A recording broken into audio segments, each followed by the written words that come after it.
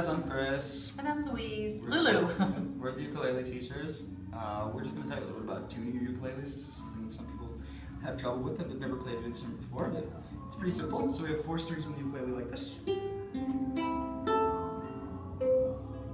That's what they sound like. We can sing, "My dog has fleas," is how that should sound. And then what we teach the kids sometimes is we teach them, "Good children eat apples." Oh, my voice today. Good children eat apples. That's right. And that little acronym right there, that's also how we know what notes these are. So that's G. Good children. C. Eat. That's an E. Apples. A. That's all right. So ours are already tuned up. But suppose they're not in tune. I'm just going to detune my ukulele quickly so we can show you how that works.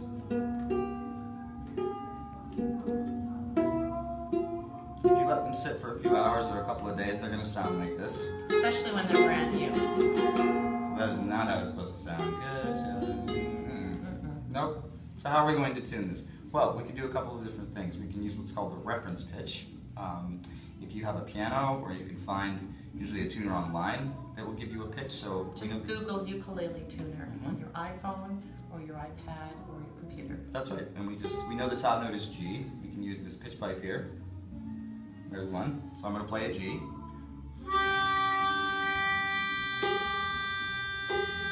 I need to make this note sound like this note. Oops. So I can hear this needs to come up a little bit. I think. Let's try it again. Actually needs to come down.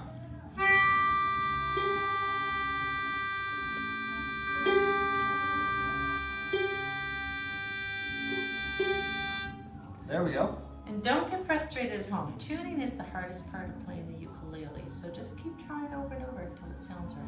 It can be hard for grown-ups too. We'll do one more note to show you how it works. Let's see. Here's your C, the next note. It's up the octave. We're going to play it down the octave here. So I can tell this note is lower. You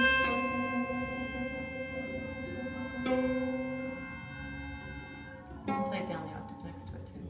Oh, what do you know? Yeah. That doesn't work very well.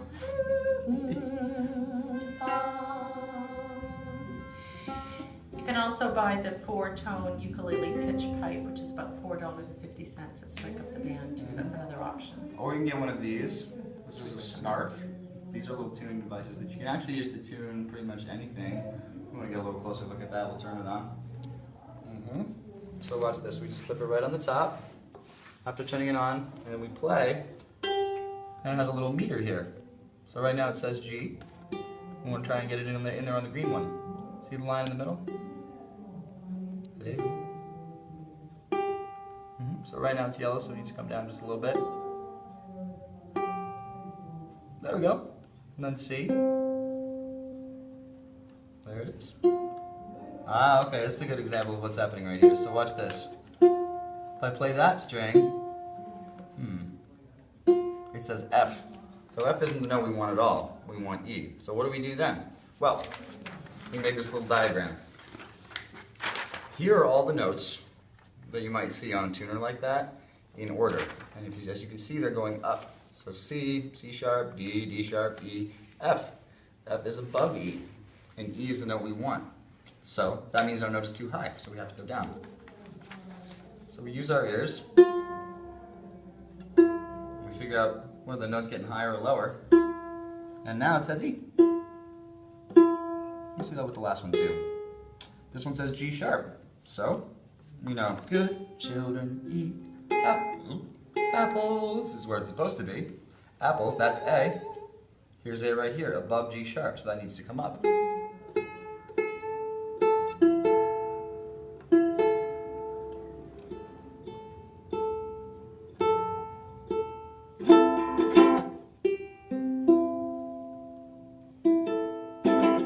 There we go.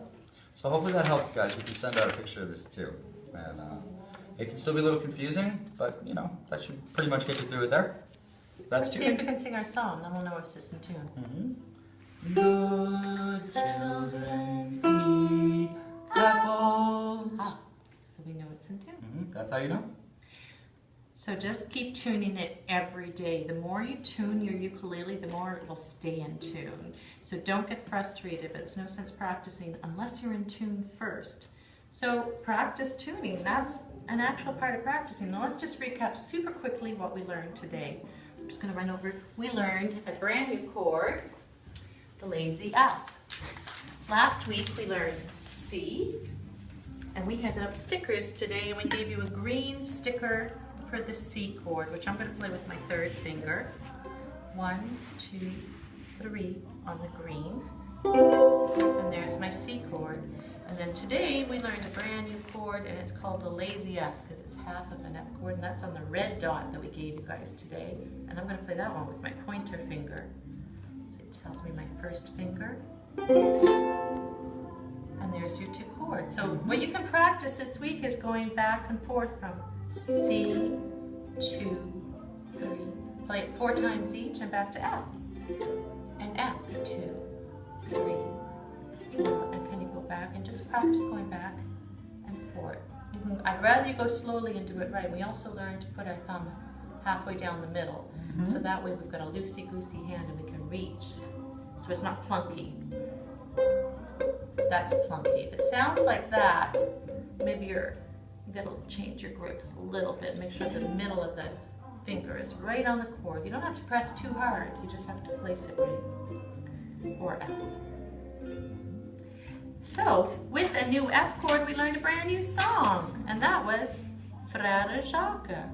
And we can play the whole song with just our pointer finger on the red dot.